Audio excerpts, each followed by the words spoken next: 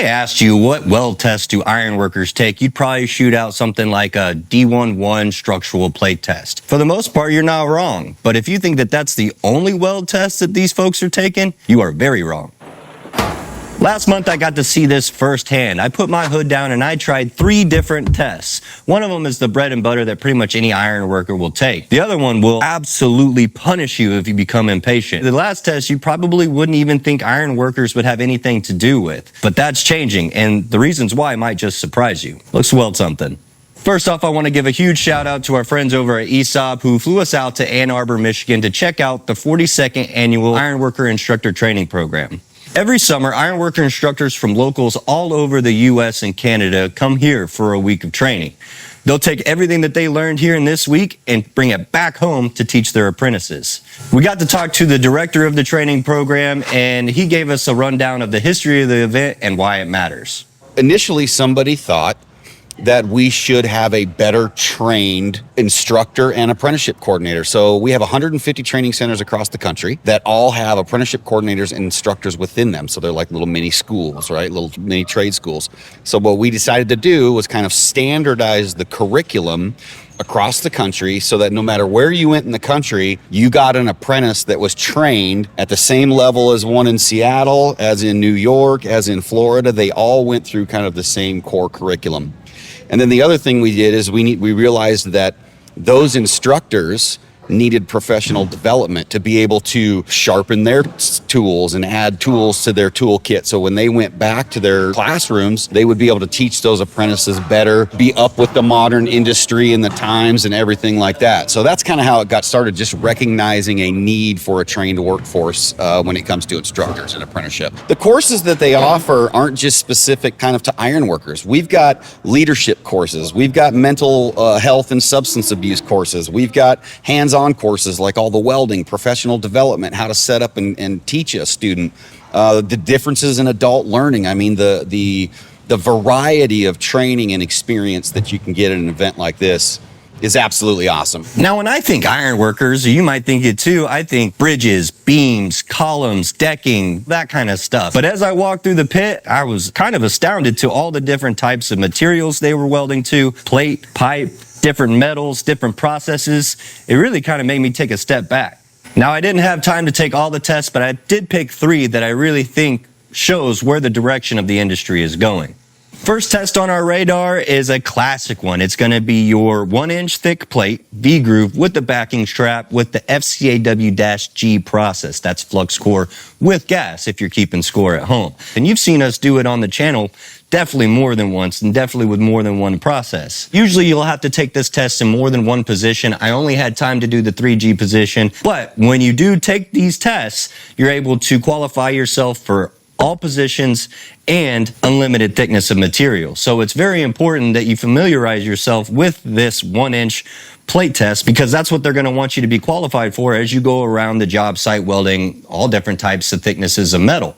And of course, the flux core process with gas is king for laying down some deposition rates out of positions. That's one reason why I wanted to take this test, was because I knew I was going to be able to knock it out fast, have time for some other things, and still be able to check out the instructor training program. But boy, was I humbled pretty quick because I've never done it the ironworker way. First off, these weld tests, you're not allowed to use a grinder at all. You mentioned a grinder. Our test don't allow for a grinder on a structural weld. Oh, no, I'm doomed. And I usually keep that thing on me. Not because I don't think I'm a good welder, but because a grinder is a welder's best tool. It's your best friend. But in these weld tests, you are strictly prohibited to use a grinder. But I didn't think it was going to be a problem. For the most part, putting the root pass in was easy. You really don't need to change your settings throughout the whole process. It's a really straightforward test and something you should be very comfortable doing.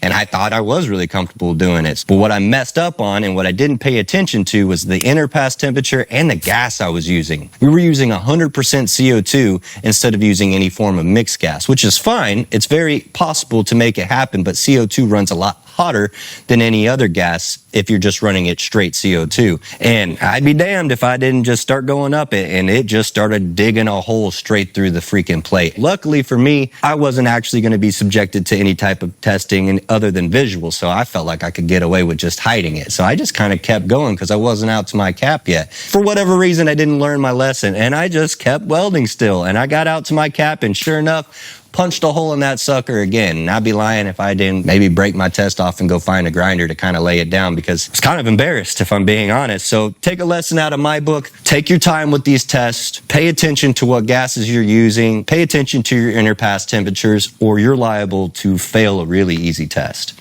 Now that test was supposed to be one of the easier tests that I was going to try out. This next test, this was one of the harder tests they had on the docket, and I kind of found out that the hard way.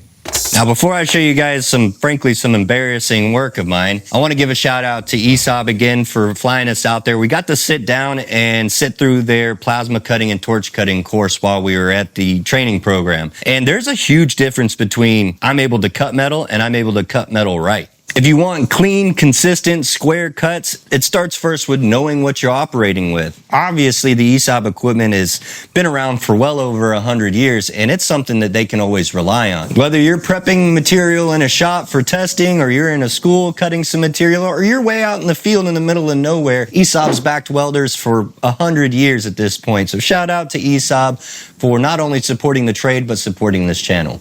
Now, the next test that really put me in my place is the stainless steel stick test. Now, if you wanted to get certified in all positions with this rod at this conference, then you would need to take all the positions in order to do so. This isn't a very common test, and not a lot of iron workers carry it with them, but that's kind of the biggest reason why you want to have it. Being able to pass this test will make it kind of hard to replace you. If you take anything away from this section about stainless steel stick welding, is patience is absolutely key. We really have to take our time, because stainless steel doesn't shed heat like carbon steel does. It takes a little bit of time for it to cool off. So you literally have to walk away from this test. Go get some water, take a breather, let the plate cool if you're going to succeed on this test. I knew better than to just jump into a stainless test that I haven't practiced in years. I just sent it. I'm pretty sure I started off on the wrong foot with just the fit up alone. I had too tight a gap with my little backing strap, because as I was putting my root pass in, I was pretty much getting it flush. I was spending too much time in one place. Who knows what's underneath the weld that I put down, because again, I filled that sucker up just on the root pass alone, and I'm pretty confident that's not how it's supposed to be done. I was spending so much time getting that plate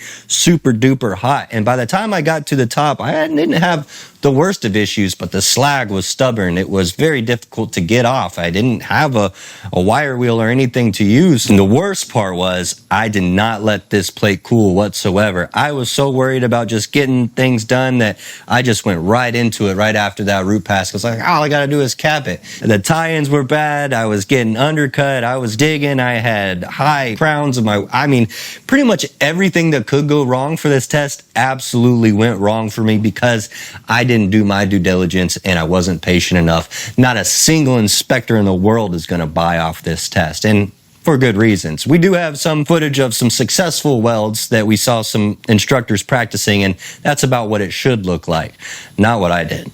If you made it this far in the video, I appreciate you. Do me a favor and hit that like button, hit that subscribe button. It means the world to us. And go cop yourself a hat or a shirt from our merch store, whatever catches your eye.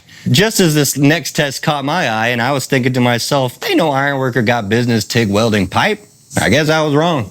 The last test is going to be a 6-inch Schedule 40 2-inch pipe TIG all the way out. If you're not familiar, the pipe is sitting at this degree, about 45, and it's a 2-inch pipe test that they're going to weld all the way out with one process. This is great because you're welding in pretty much all the positions, and if you do pass the test, you're pretty much certified for at least all positions. You'll need to take another test that they do offer there for unlimited thickness, and that's where you get that monster coupon. Traditionally, this isn't ironworker stuff. Like, I always thought that this is pipe fitter, pipe welder, boiler maker. Like, there's no reason for an iron worker to touch it, but that's where I was wrong. And there's two main reasons why.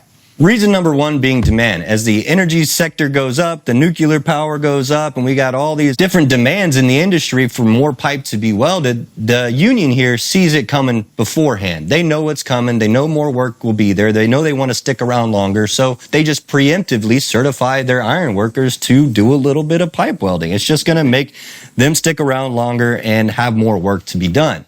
And reason number two, which is something I totally forgot from my own past experience, but handrails, mezzanines, guardrails, all that kind of stuff was work that the iron workers did. When I was on pipe welding jobs, my job was to weld the pipe and the tubes, but iron workers still welded the round stuff just the same. Now, me jumping into the booth, this felt a lot more like home. I was able to get in there, put it in position, and start running my root pass uphill both sides, no problemos, and, did a fill pass one pass and was able to cap them out. And this is my bread and butter. And I felt like I had something to prove at this point after pretty much failing 2 tests before. So it was a little bit of a relief to at least get that done and to get the seal of approval from the inspectors that I did okay on my TIG welding test. Even though it still has been a little while since I did it. But that's the whole point of this instructor training program, is to train these instructors, to train their apprentices on a variety range of different materials, thicknesses, processes, so that these folks are absolutely gung-ho and ready for the field no matter what's thrown at them.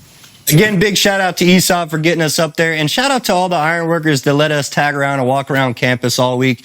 It really was awesome seeing all these instructors sharpen their skills just to hand it down to the next generation. What a show. And if you were an iron worker that came through an apprenticeship, I want to know down in the comments. I'll read all the comments, I promise. I want to know what tests that you had to take as an iron worker or as an apprentice, if they threw anything weird at you or anything off the cuff that most people don't think about. I really am curious. Y'all go weld something.